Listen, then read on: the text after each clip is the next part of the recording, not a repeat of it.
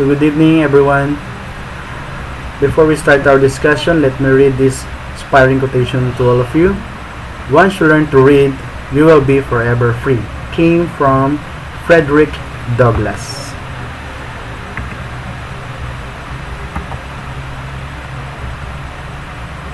So before we continue, I would like to ask you some of these two questions. What do you see in this picture? What word do you see in the picture?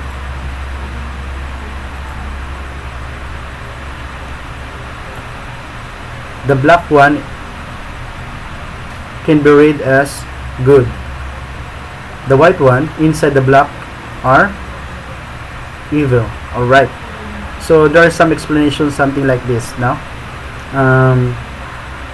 The absence of light is the presence of darkness, and the absence of darkness, there is a presence of light. If we can relate it in our real self,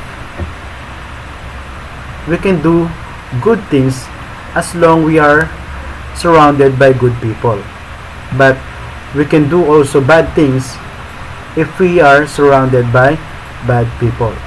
So you have to choose, or you have to pick where you can be or where you belong. Are you going to be good or are you going to be bad?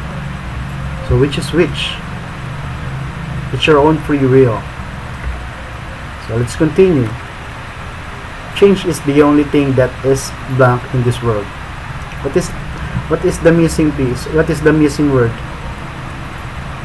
Change is the only thing that is blank in this world. What? Alright. The answer is constant. Why? Why constant? Alright.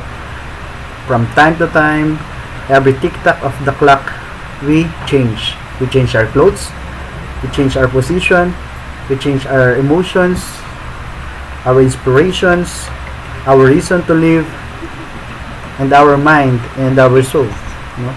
That's the only constant in this world. If you don't change, I guess you are not human. No? So now let's continue. So our topic is primary and secondary sources. By the way, I'm your professor, Mr. Michael L. Guetta. Our course is Reading and Philippine History. Now, let me reiterate this question to all of you. Give one example of what you think primary sources is, and one example of what you think a secondary sources is. You can list down your answer on your notes if you have it. If you don't have, you can use Google. So why it is important for us to study the primary and secondary sources? According to Wikipedia, historians must analyze primary and secondary sources to gain more knowledge about the topic that they are studying. Just like you have to analyze every detail or every information that you gathered from me or from every professors that you have. See? You cannot just listen, you must research. Is she correct? Or is she not? There should be a proof on it. No? You cannot just listen and believe and keep believing on every details that they are saying. There should be a proof on it.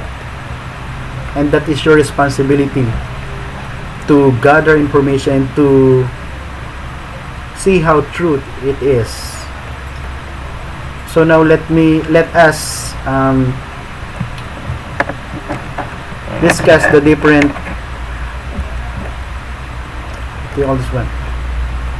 definition of the two.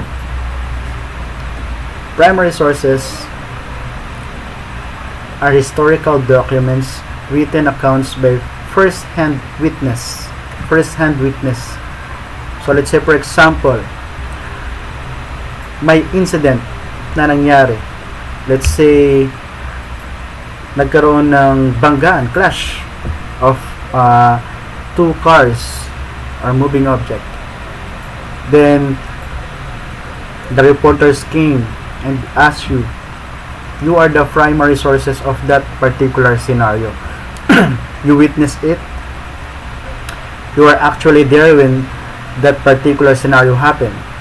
So you are the eyewitness of that scenario. So you became the primary sources, or objects that have survived from the past. Let's say, for example, the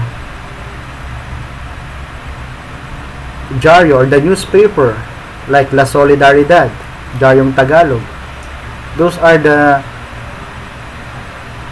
objects that made from the past and live until now. It survived, no? So that's why they become the primary sources during the day on that particular scenario happened, no? Or the past happened. So I have here some more example of primary sources. Letters, personal papers, document or government document, oral accounts, diaries, and maps. So now let's move on to secondary sources. Secondary sources are accounts of past events created by people sometimes after those events happen. So if you can see the picture here, you will see he's look like a writer, no? Or making some editorial of one book, no? So maybe he is the one who created the secondary sources, no? What are the example of it? The books, no? He gathered some information or details, then he formulated his own opinion so that he can make another sources from different resources that he gathered. Maybe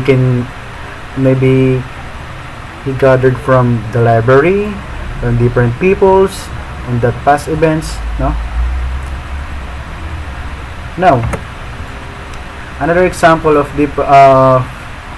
secondary sources are photograph, articles of clothing, artifacts including art objects and architecture, just like the different museum, coins, and stamp. Now, some say secondary sources are biased. Why? So let's define first the word bias. Bias, an unfair preference for or dislike of something. The synonyms of it is prejudice, unfairness, favoritism, and preference. The antonyms of that is fairness, independence, and impartial. So why they say it bias? Because some say those writers can be honest or dishonest, or maybe they're just showing their feelings, like being happy, angry, worried, excited, tired, or sad on a particular scenario or a particular sources that they read or that they heard. So maybe there are some, what do you call this one, dagdag bawas na, no, dun sa mga scenario na or dun sa mga stories na sinasabi. Anyway, it's for you to analyze whether it is factual or it's just a bluff. Anyway, you have your free will. What would you choose?